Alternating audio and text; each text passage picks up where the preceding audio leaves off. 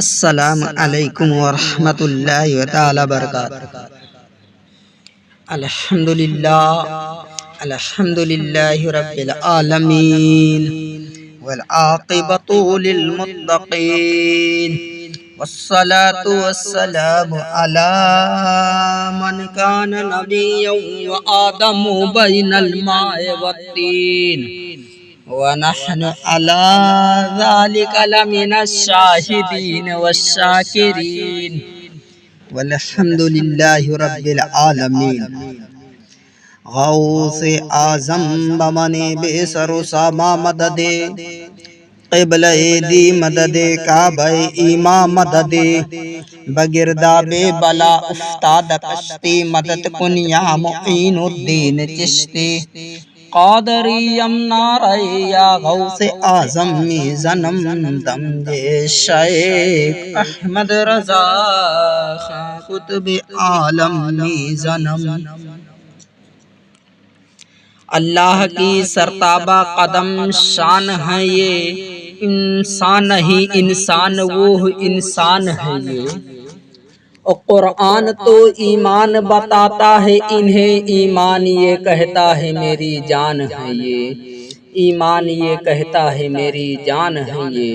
ایک بار درود شریف پیش کر لے۔ اللہ رب محمد صلی اللہ علیہ وسلم نحن عباد محمد صلی اللہ علیہ وسلم صلاۃ و سلام علیک یا رسول اللہ یا حبیب اللہ صلی اللہ تعالی علیہ وسلم۔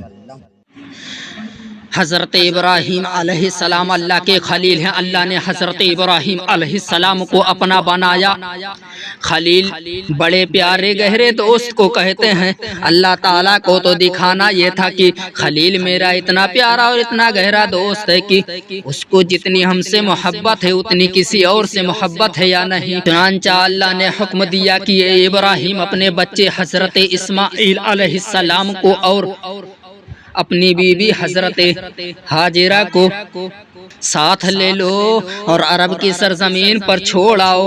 حکم الہی کی تعمیل کرتے ہوئے حضرت ابراہیم علیہ السلام نے اپنی بیوی حضرت ہاجرہ اور اپنے دودھ پیتے بچے حضرت اسماعیل علیہ السلام کو ساتھ لیا اور ملک شام سے چلے اور عرب کی سرزمین پہ چھوڑ آئے۔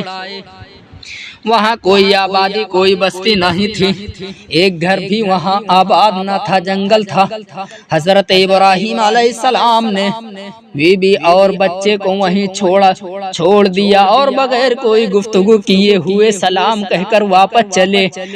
حضرت ہاجرہ نے خیال کیا کہ معاملہ کیا ہے، جنگل ہے اور کوئی رہنے اور کھانے پینے کا انتظام بھی نہیں ہے، میں عورت ہوں اور گود میں دودھ پیتا بچہ ہے اور یہ ہمیں چھوڑ کر جا رہے ہیں اور یہ بتا کر بھی نہیں جا رہے ہیں کہ آئیں گے کب، آئیں گے یا نہیں آئیں گے، ماجرا کیا ہے۔ حضرت ہاجرہ نے عرض کی یا نبی اللہ، آپ نے کوئی جواب نہ دیا۔ حضرت ہاجرہ نے دوسری تیسری مرتبہ آواز لگاتی رہی، جب کوئی جواب نہ پایا تو اٹھیں اور تیزی سے چل کر حضرت ابراہیم علیہ السلام کے پاس پہنچی، آپ کا دامن تھاما اور عرض کیا کہ اے اللہ کے پیغمبر، آپ ہمیں کیوں چھوڑ کر جا رہے ہیں؟ آپ خاموش کھڑے رہے۔ مزاج شناس بیوی سمجھ گئی کہ یقیناً اللہ کا حکم آیا ہوگا، یہ اللہ کے نبی ہیں، ان سے بڑھ کر انصاف کرنے والا کوئی نہیں اور یہ اپنے اہل و عیال پر بڑے مہربان ہیں، ان کے حقوق کو پہچانتے ہیں، جب اس کے باوجود ایسا کر رہے ہیں تو یقیناً اللہ کا حکم آیا ہوگا۔ تو حضرت ہاجرہ نے عرض کی یا نبی اللہ، کیا اللہ کا حکم آیا ہے کہ ایسا کرو؟ حضرت ابراہیم علیہ السلام نے فرمایا ہاں، یہ سننا تھا۔ حضرت ہاجرہ نے کہا اگر اللہ کا حکم آیا ہے تو آپ بڑے شوق سے تشریف لے جائیں، وہ ہمارا حافظ و نگہبان ہے۔ حضرت ابراہیم علیہ السلام چلے گئے اور مقدس خاتون اپنے بچے کو لے کر صبر و رضا کا پیکر بنتے ہوئے زمین پر بیٹھ گئی۔ سبق حاصل کریں خصوصاً ہماری مائیں بہنیں۔ جب حضرت ابراہیم علیہ السلام نے اپنی بیوی کو جنگل میں چھوڑا تھا، اس وقت آپ کے پاس دو بیویاں تھیں، ایک کا نام حضرت سارہ اور دوسری کا نام حضرت ہاجرہ۔ حضرت سارہ کے یہاں کوئی اولاد نہیں ہوئی تھی اور حضرت ہاجرہ کے یہاں فرزند ہوا تھا جس کو چھوڑ کر گئے۔ تو آپ سمجھ سکتے ہیں کہ حضرت ہاجرہ یہ کہہ سکتی تھی کہ اللہ نے یہ کیسے حکم دے دیا، میں بچے والی ہوں اور ایک بچے والی کو آپ بیابان جنگل میں چھوڑ کر جا رہے ہیں، اور جس کی گود میں کوئی بچہ نہیں ہے اسے اپنے ساتھ رکھے ہیں۔ تو یہ کیسی ناانصافی ہے کہ اللہ نے میرے لیے حکم دے دیا اور اس کے لیے نہیں دیا۔ میں تو بچے والی ہوں، زیادہ رحم و شفقت کی مستحق ہوں، اور آپ مجھے یہاں پر چھوڑ کر جا رہے ہیں، اور مجھے کیا پتا ہے کہ اللہ کا حکم آیا بھی ہے کہ نہیں آیا، اور اگر آیا ہے تو میں اس حکم کو نہیں مانتی جو انصاف کے خلاف ہے۔ ایک کو گھر میں بیٹھا رکھو اور دوسرے کو جنگل میں چھوڑ جاؤ، اگر اللہ کا حکم آیا ہے تو اس دوسری کو بھی لاؤ، کیونکہ دونوں کے درمیان عدل و انصاف کرنا چاہیے۔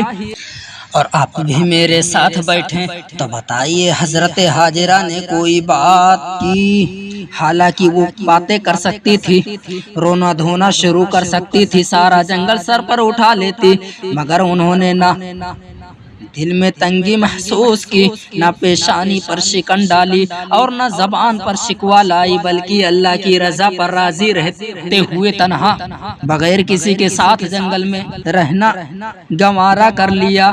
اور پیش نظر میرے بزرگوں اور دوستوں، ایسے ہی لوگ اللہ تعالیٰ کی رضا کا مقام حاصل کرتے ہیں اور دنیا و آخرت میں اللہ تعالیٰ کی رحمتوں اور برکتوں اور درجات سے سرفراز ہوتے ہیں، جو بلا چونچرا اللہ تعالیٰ کے احکام پر عمل کرتے ہیں۔ اور ایک ہم ہیں کہ جانتے سب کچھ ہیں اور سو حجتیں کرتے رہتے ہیں، کیونکہ ہمیں عمل تو کرنا نہیں ہے۔ حضرت ابراہیم علیہ السلام نے اسی لیے اعتراض نہیں کیا، نکتہ چینی نہیں کی کہ جس خالق و مالک نے حکم دیا ہے وہ بھی تو یہ سب کچھ جانتا ہے کہ میری بیوی ہے، اس کی گود میں دودھ پیتا بچہ ہے، ان کو کھانے پینے کی بھی حاجت ہے، وہ بھی تو سب کچھ جانتا ہے۔ جب اس نے سب کچھ جاننے کے باوجود حکم دے دیا ہے تو اس کے حکم میں حکمتیں ہیں، ہمیں تعمیل کرنی چاہیے، نکتہ چینی نہیں کرنی چاہیے۔ لیکن آج ہم میرے پیارے نکتہ چینی میں مشغول ہیں، معروف ہیں۔ آج بھی ہو ابراہیم کا ایما پیدا، آگ کر سکتی ہے اندازے گلستان پیدا۔ آخر دعوانا ان الحمدللہ رب العالمین۔ السلام علیکم ورحمۃ اللہ تعالی وبرکاتہ۔